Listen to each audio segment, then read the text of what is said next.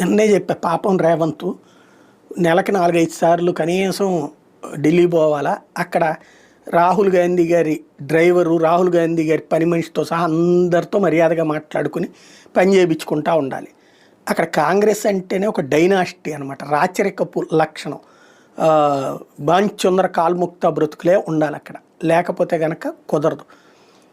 రాహుల్ గాంధీ ఢిల్లీలో ఉంటాడని ఈయన వెళ్ళారు.